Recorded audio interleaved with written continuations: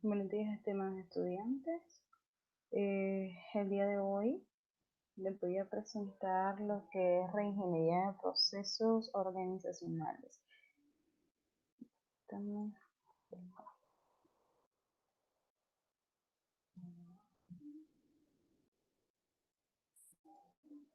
por acá. Entonces, con respecto a la reingeniería, debemos saber primeramente el concepto. Esto se refiere a un pensamiento nuevo y el rediseño fundamental de los procesos operativos y la estructura organizacional, orientada a las competencias de la organización para lograr mejoras dramáticas en el desempeño organizacional.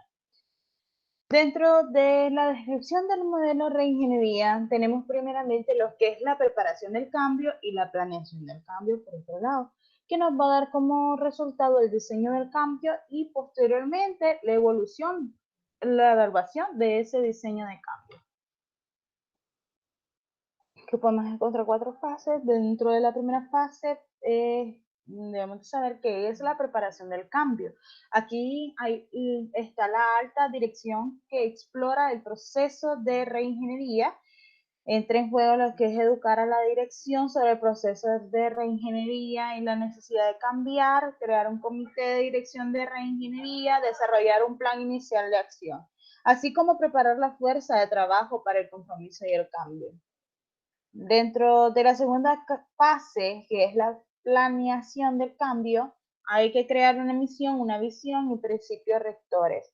En este apartado debemos de identificar las competencias esenciales de la organización, desarrollar una declaración de la misión,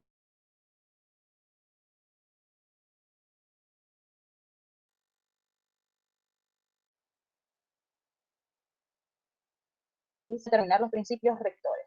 Una tercera fase, que es el cambio aproximadamente, en el que se va a llevar a cabo una revisión de la empresa en la actualidad, determinar los factores externos del entorno, llevar a cabo una revisión de la salud interna, desarrollar los pronósticos sobre la empresa actual y cómo está, llevar a cabo un análisis de las necesidades y desarrollar el plan estratégico.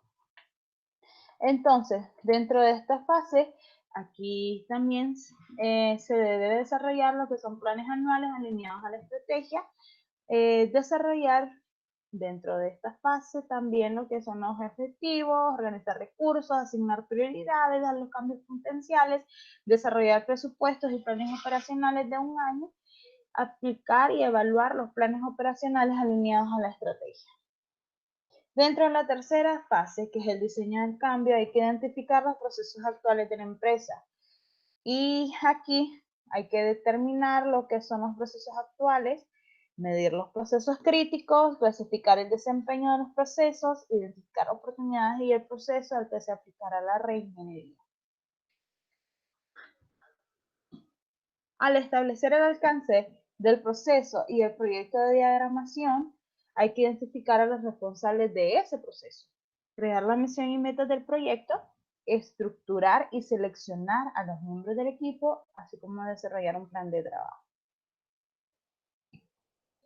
Posteriormente hay que combinar y analizar cada uno de los procesos. Aquí hay que siempre describir el proceso en un flujograma, describir el proceso en un diagrama integrado de flujo completo.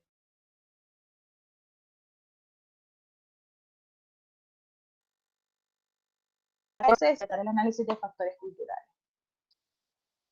Al crear el proceso ideal, hay que describir el proceso ideal en papel o electrónico, comparar el proceso actual con el ideal, evaluar las diferencias. Definición del proceso en reingeniería. La transformación de insumos en rendimiento y que dan como resultado de un producto que cumple con la capacidad para la que fue producido o diseñado. Eso es el proceso de reingeniería.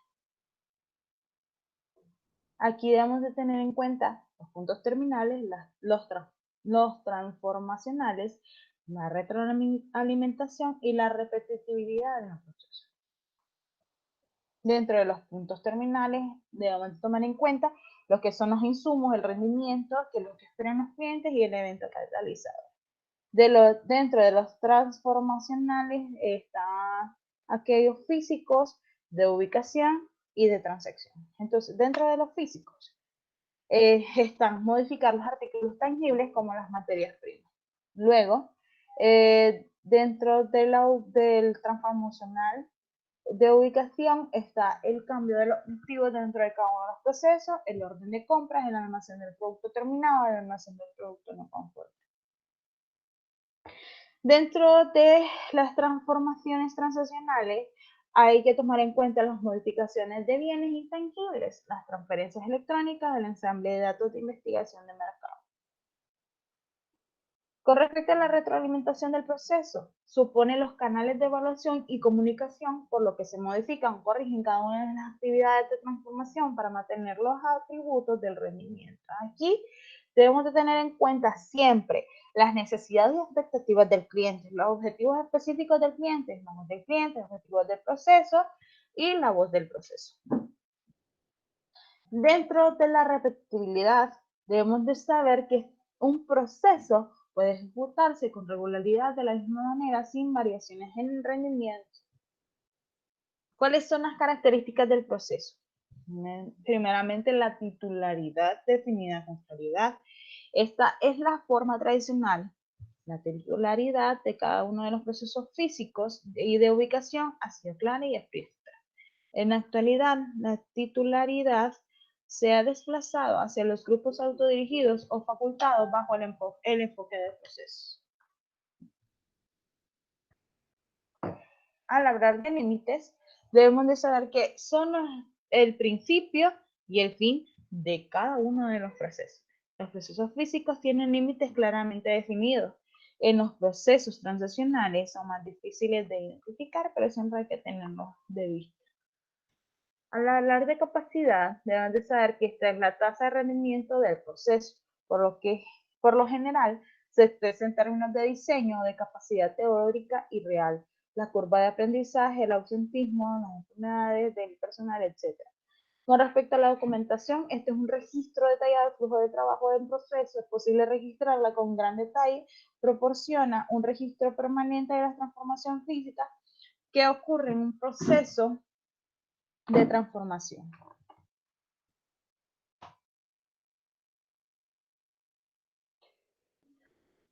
Aquí, en cada uno de los procesos, debemos de tener siempre el punto de control, los puntos de control.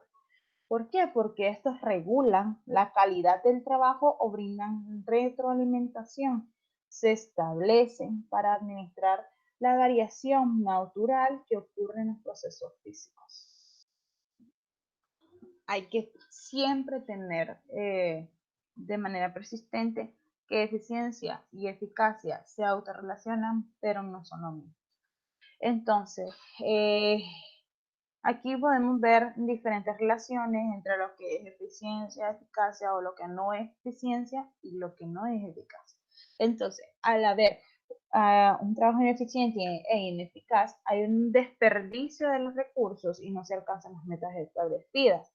Al ser eficiente e ineficaz, se administran bien los recursos, pero no alcanzan las metas establecidas. Y al ser ineficiente, eficaz, se desperdician los recursos, pero alcanzan las metas. Y al ser eficiente y eficaz, se administran bien los recursos y se alcanzan las metas establecidas. Entonces, no basta con hacer cada una de las cosas correctamente, es decir, ser eficiente, sino que hay que hacerlo de manera correcta.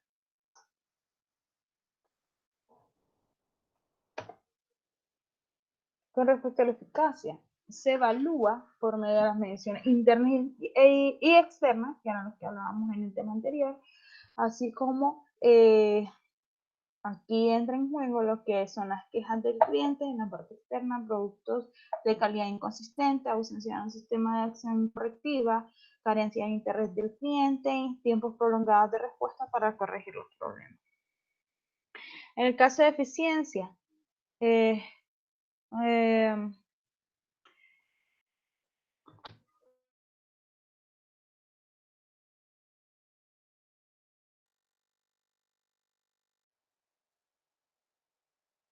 también entre los recursos de la productividad de las operaciones internas y eficacia de los recursos se refiere a los recursos que se emplean en el proceso. muchas inspecciones, actividades redundantes, retrabajo, problemas de proveedores, costos excesivos. Cuando hay flexibilidad, se refiere a la capacidad del proceso para ajustarse a los cambios, ya sean tecnológicos o de rendimiento. ¿A qué nos referimos con las mediciones, tanto internas como externas? Como aquellas que nos proporcionan una base estadística para controlar el flujo de trabajo y administrar siempre la variación. Y con respecto a la variación correctiva, es lo que se requiere para corregir a las variaciones naturales en un proceso. La retroalimentación y la acción correctiva son el núcleo del control del proceso. Entonces, eso sería todo.